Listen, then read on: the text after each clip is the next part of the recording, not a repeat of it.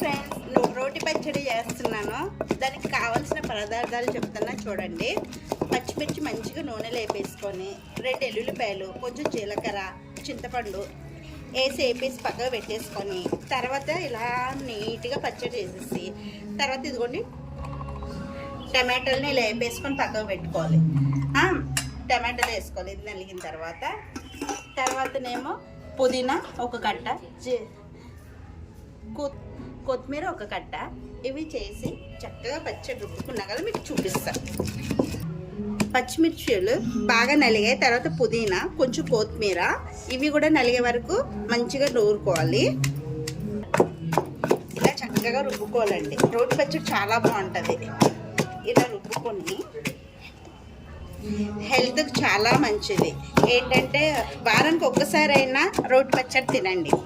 ఇలా టేస్ట్ కూడా బాగుంటుంది. ఆ మిక్సీ ఇవి టేస్ట్ ఏమి ఉండదు.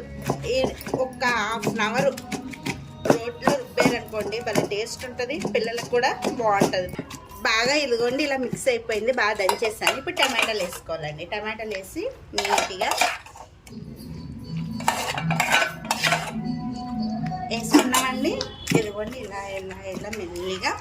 ఇవి హెల్త్ పరంగా కూడా మంచిదండి. మిక్సీలు ఇవి వచ్చి అందరూ ఇంకా కరెంటుకి అలవాటు అయిపోయారు. కానీ ఇలా రుబ్బుకుంటే ఏంటంటే అండి మంచిది, చాలా మంచిది. మన పాతకాలంలో చూడండి తాతలు అమ్మమ్మలు ఇవి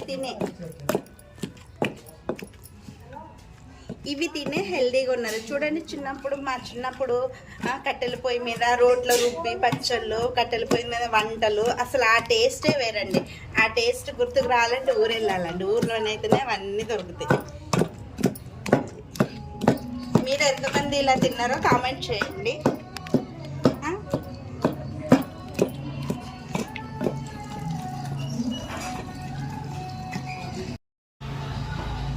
ఇదిగోండి మొత్తం చట్నీ అయిపోయింది పచ్చడి.